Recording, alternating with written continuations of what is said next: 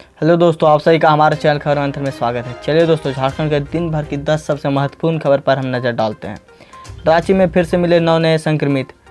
झारखंड में गुरुवार को अब तक 54 नए मरीज की पहचान की गई है। इनमें सिमडेगा में 20, रांची में 9, रामगढ़ 7 संक्रमित की पहचान की गई है। आज के ताज़ा मामलों के साथ राज्य में संक्रमितों का आंकड़ा 1605 पर पहुँच गया है और साथ ही जमशेदपुर, कोडरमा और गुमला में 5-5, पश्चिमी सिंहभूम में 2 और लातेहार में एक नया मामला सामने आया है। झारखंड में मौसम ने एक बार फिर से ली करवट। 48 घंटे के भीतर मानसून का असर। झारखंड में मौसम ने एक बार फिर से करवट ले ली है। शुक्रवार की सुबह बारिश की बौछार के साथ हुई, साथ ही कई जगहों पर अंधड़ वाली हवाएं भी चली। पिछले कुछ दिनों में तेज़ गर्मी लोगों से काफ़ी तपा रही थी। मौसम की बदलाव ने इस तपती गर्मी के बीच ठंडक डाल दी है। हालांकि गुरुवार को भी राजधानी रांची समेत कई जिलों में बारिश हुई, वहीं कुछ जिलों में आसमान में काले बादल छाए रहे। झारखंड बोर्ड के परीक्षा परिणाम कब आएंगे? मैट्रिक व इंटर साइंस व कॉमर्स का रिजल्ट एक साथ जारी किया जाएगा। दोनों रिजल्ट जुलाई के प्रथम सप्ताह में जारी होने की संभावना है। जैक ने इसकी तैयारी शुरू कर दी है। मैट्रिक की कॉपियों की जांच अंतिम चरण में है। कॉपियों की जांच को लेकर झारखंड एकेडमिक काउंसिल द्वारा सभी जिलों में रिपोर्ट मांगी गई है। मैट्रिक की कॉपी जांच 20 जून तक पूरी हो जाएगी, जबकि इंटर की कॉपियों का मूल्यांकन 25 जून तक पूरा होने की संभावना है। इंटर कला संकाय का रिजल्ट भी जुलाई में जारी हो जाने की संभावना है।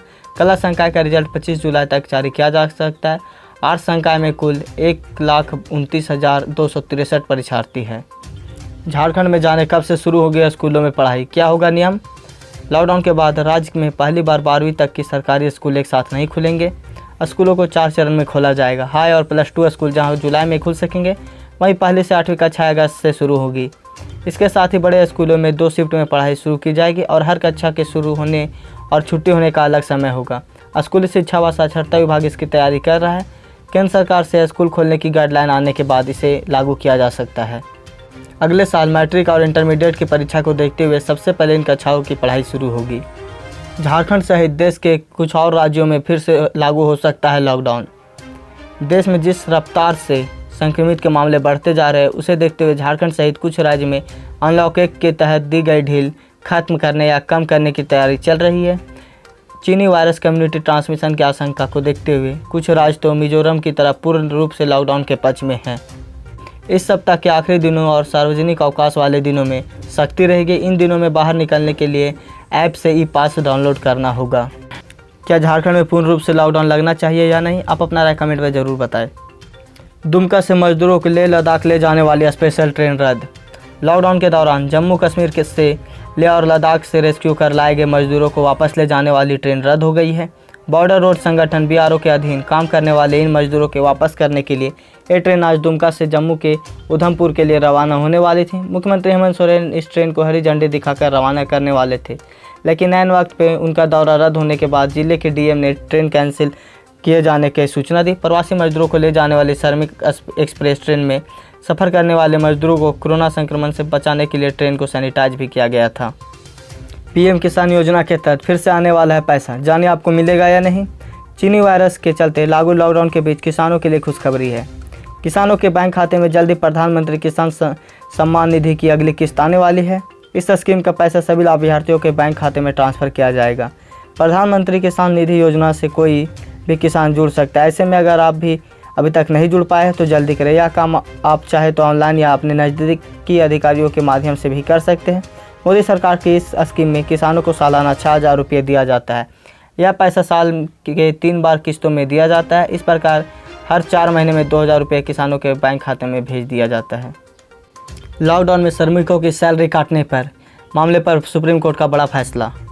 सुप्रीम कोर्ट ने शुक्रवार को निर्देश दिया कि चीनी वायरस की वजह से लागू लॉकडाउन के दौरान अपने श्रमिकों को पूर्ण रूप से पैसा नहीं देने वाले निजी प्रतिष्ठानों के खिलाफ जुलाई के अंतिम सप्ताह तक कोई दंडात्मक कार्रवाई नहीं की जाएगी। न्यायमूर्ति अशोक भूषण, न्यायमूर्ति संजय किशन कौल और न्यायमूर्ति R शाह की पीठ ने कहा कि उद्योगों और श्रमिकों को एक दूसरे की ज़रूरत है और उन्हें श्रमिक के भुगतान का मुद्दा एक साथ बैठकर सुलझाना चाहिए।